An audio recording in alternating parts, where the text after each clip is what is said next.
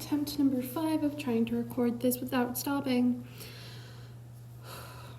Alright, so welcome back to all my tiny tots, little ones, big kids, tweens, teens, everyone in between, CG, slips, and adults. So today we are reading chapters 28, 29, 30, and 31. All of the timestamps for the chapters with their warnings, content warnings, and author notes will be posted in the description and pinned in the comments. This first chapter is not for you if you are in little space. I do not want to trigger anybody. And if you'd like to listen but skip the triggering part, go right ahead.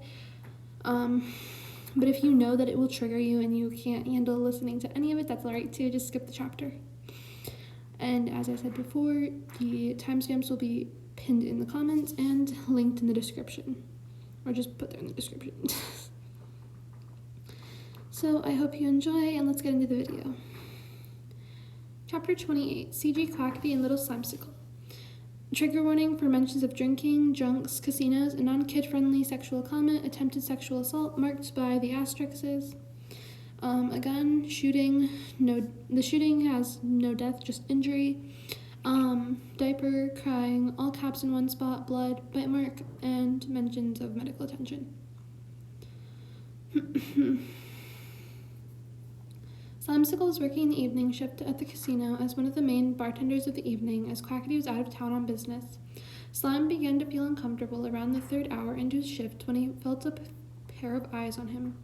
He turned his head and quickly caught sight of 2 men staring directly at him. He gave him a small smile and turned back to the next customer.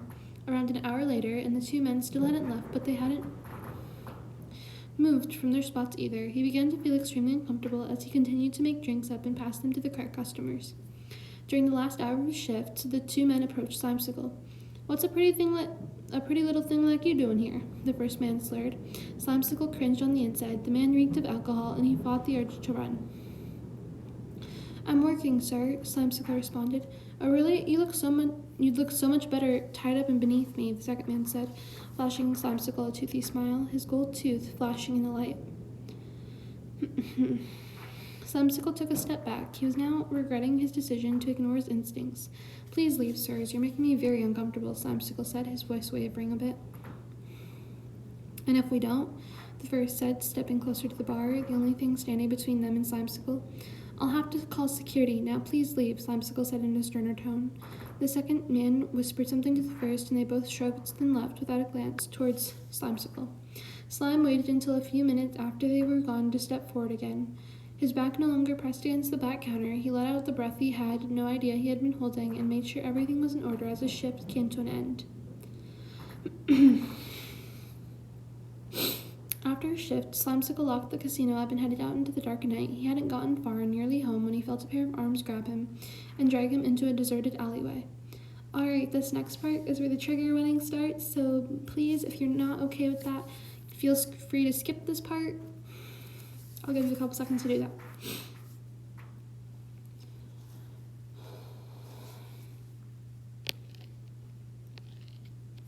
"Hold him still," the first man said, forcing himself onto Slimecicle as the second fumbled with Slime's belt buckle, pulling the boy's suspenders down and working on unbuttoning his white-collared shirt. "But please stop," Slimecicle cried out as he felt the first man's hand slide up the bottom of his shirt, then down his black dress pants. The second man's teeth sinking into the side of the boy's neck.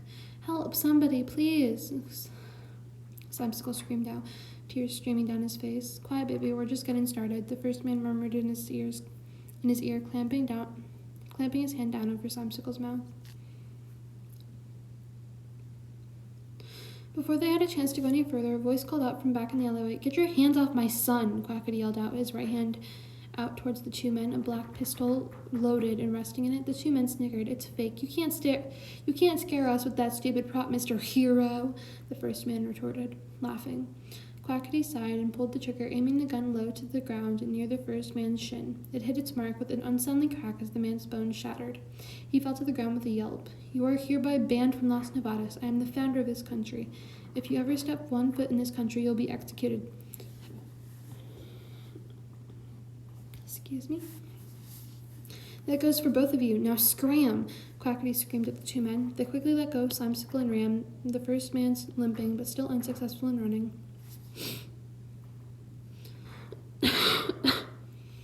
Once they were out of sight, Quackity turned his gaze towards the younger. "Are you all right, kid?" Quackity asked as he dismounted from his horse. Slimecicle shook his head as fresh tears ran down his cheeks and his knees gave out. Quackity quickly rushed forward, catching the boy before he could hit the ground. "Are you physically hurt anywhere?" Quackity asked as he scanned the boy for injuries, only noticing one, the bite mark on the boy's neck. Slimecicle shakes his head. He seems to be in shock, Quackity notes.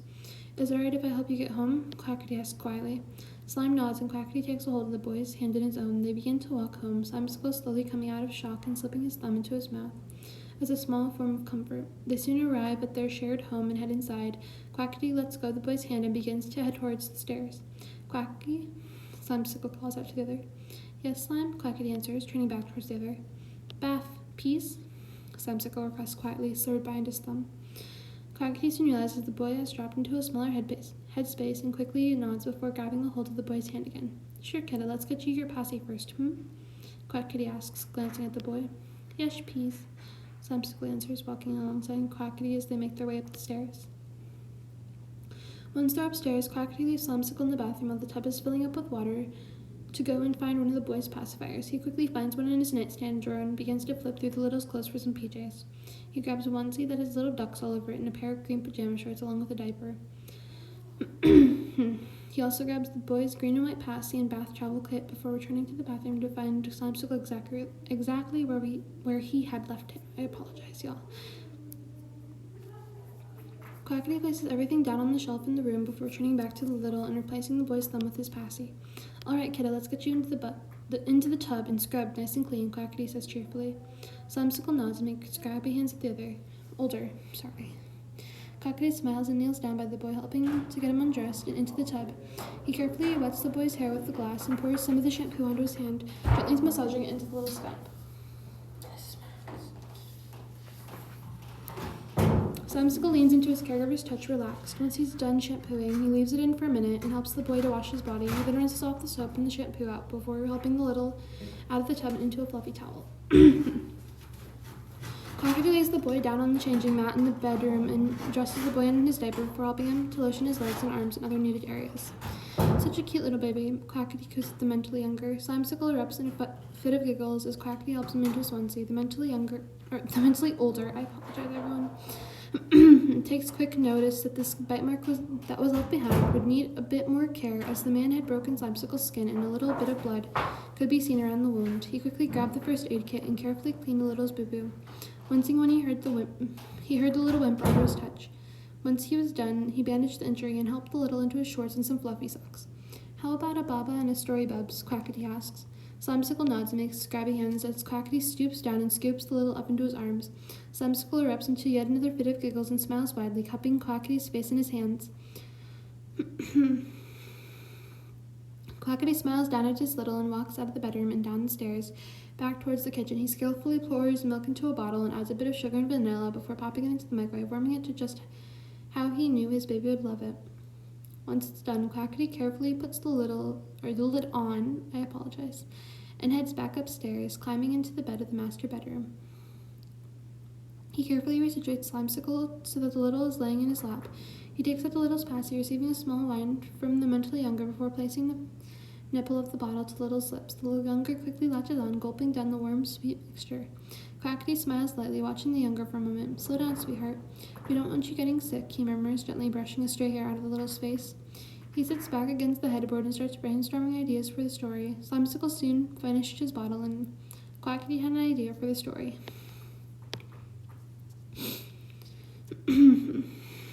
Once upon a time, there was a little boy named Charlie, and he lived in a magical place called Lost Nevada's. Quackity began. Slimecicle giggled and looked up at his caregiver with wide eyes, waiting for the other to continue. One day, Charlie met a man named Alex, and they became business partners, but there was something Alex didn't know. Quackity's tone quieted to just above a whisper as he ran his fingers through the little's hair. He didn't know that Charlie was actually an angel in disguise, so over the years that they lived and worked together, Charlie continued to keep a secret, and Alex continued to pry into the other's life. A while later, and Quackity had finished his story just as Slimecicle had fallen asleep. Hold on just a second, y'all. Alright. I got it. Okay, we're good.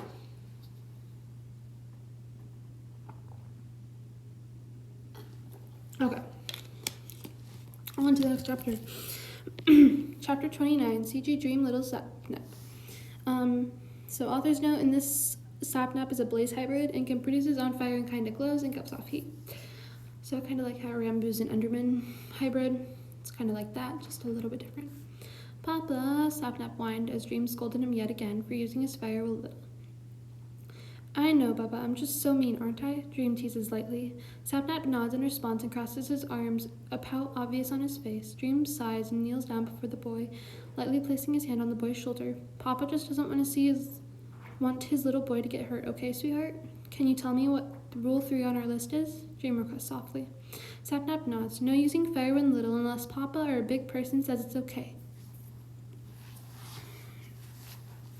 That's right, sweetheart. Papa isn't going to put you in timeout today, but could you write some lines for me? I think 10 should be enough, Dream praises lightly before dealing out the punishment.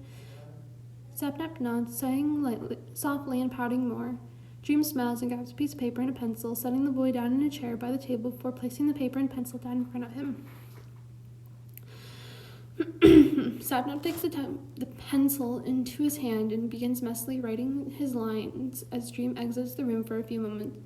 Once Dream re-enters the room, he looks over Sapnap's shoulder to find a very scribbled paper and a much younger Sapnap.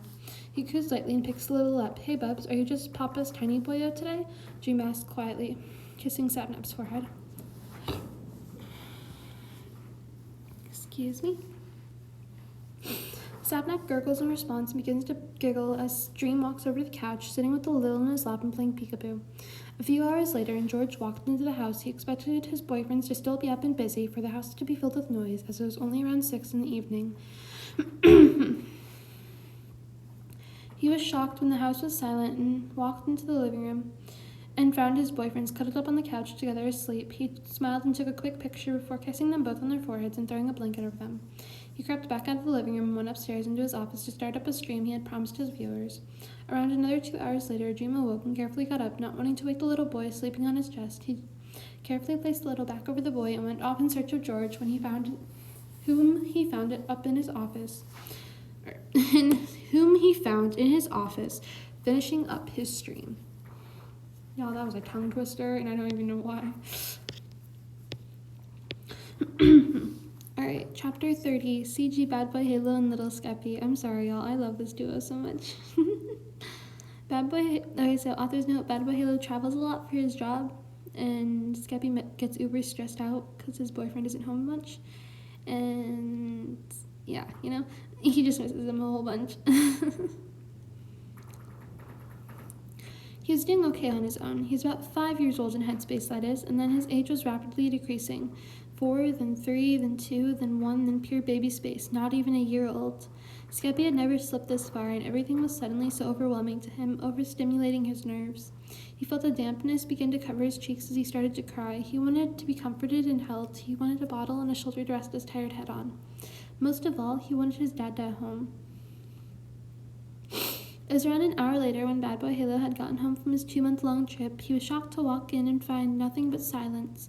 Both he and Skeppy could never handle silence, always having music or the TV playing in the background. He walked further into the house, setting his bags down, being greeted by Rat. He knelt down and ran his fingers through her fur, smiling before getting up and continuing to look throughout the house for his dark-haired boyfriend. He soon found said boy lying on the floor in the living room, tear streaks visible on his face, with his thumb tucked into his mouth. Bad smiled lightly and scooped the little up into his arms, carrying him to their bedroom and laying him down on the bed. He pulled the blankets up over the little and kissed his forehead before heading back downstairs to grab his bags and unpack. Around an hour later, Skeppy awoke with a soft yawn, his clenched fist driving the sleep from his eyes. He hoisted himself up into a sitting position and caught sight of Bad, working at the desk in their bedroom. He let out a small whine and made grabby hands towards the mentally older male. BadBoyHalo turned around as a smile spread across his face. He got up and picked up the little. Hey, Diamond, I missed you, Bad murmured as he kissed the little's forehead. Skeppy giggled and nuzzled his nose against Bad's before resting his head on Bad's shoulder. Yeah, I get it, kid. I'm tired, too, Bad said as he gently ran his hand up and down Skeppy's spine, the mentally younger physically relaxing into the older's touch.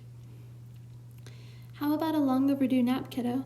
Bad murmured as he laid Skeppy down on the bed. before laying down next to him. Skeppy quickly scooched over, resting his head on Bad's shoulder as the other wrapped his arms around the little protectively. Don't worry, Diamond. Dad's not leaving for a long time, Bad murmured softly as he fell asleep. Chapter 31. CG, Puffy, Little Tommyinnit. Boredom was what made the little wander outside on his own, even though he knew the dangers of being on his own in such a vulnerable headspace. But he thought that no one would hurt him, so he wandered out on his own. It was a warm spring day, and the sun was high in the sky around 2 in the afternoon, if the little had to guess. Excuse-moi. He was wandering along the prime path of the server when he caught a flash of white. He quickly chased after it, thinking that it was Captain Puffy. He soon caught up, reaching out and grabbing onto the captain's coat. She stopped and turned to look at him, a stern, almost hateful glare at first, but her expression quickly softened as she realized the boy was feeling small.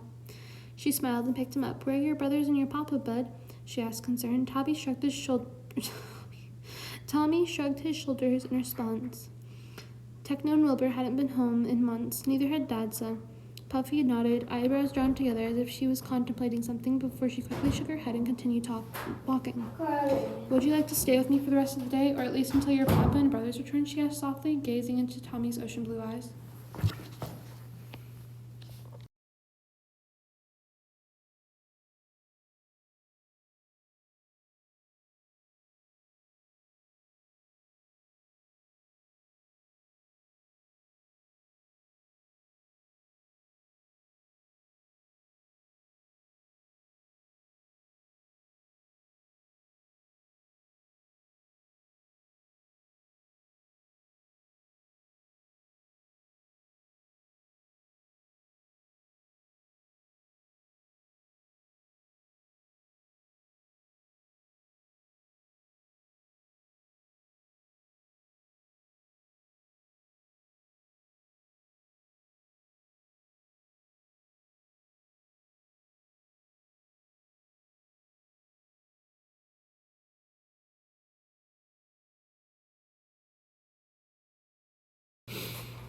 I apologize, everyone. My sister came in for a second.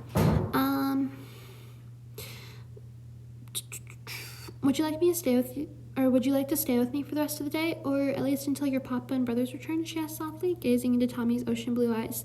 The little nodded and gripped the captain's coat in his fist, smiling and babbling softly to himself. Puffy would butt in every once in a while with a small comment or question, and Tommy would babble excitedly in response. It had been a while since someone had interacted like that with the little. Puffy smiled and gently ruffled the boy's honey-colored curls with her free hand, her smile growing wider when he nuzzled into her touch. It had been a while since she had someone to take care of. They soon reached Puffy's home. She now lived alone, her sons long grown up, and out conquering the world. She placed Tommy down for a moment, removing her jacket and boots, as well as her hat, hanging them all up by the door minus her boots, then helped Tommy out of his shoes and picked him back up again. How old are you feeling, duckling? She asked quietly. Tommy thought for a moment before holding up 4 fingers on his hand. Puffy let out a small fake gasp. Oh my goodness, such a big boy today, she exclaimed before her tone dropped to a playful whisper. You know what big boys get for behaving? Tommy shakes his head, his eyes wide in curiosity. Puffy smiles and leans in closer. Cookies.